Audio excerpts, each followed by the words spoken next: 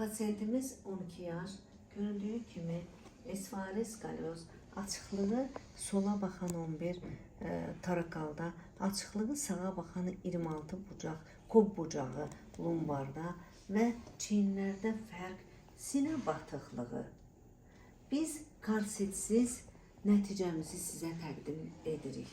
Karsetsiz biz sinə batıqlığını 3 santimetrdən 1 santimetrə indirmişik. Eyni zamanda bizim 11-26 nisbətdə esvaris skalyozumuz 8 və 8-10 nisbətinə düşüb. Göründüyü kimi 26 kob bucağı 10'a, 11 kob bucağımız isə 8'ə enib.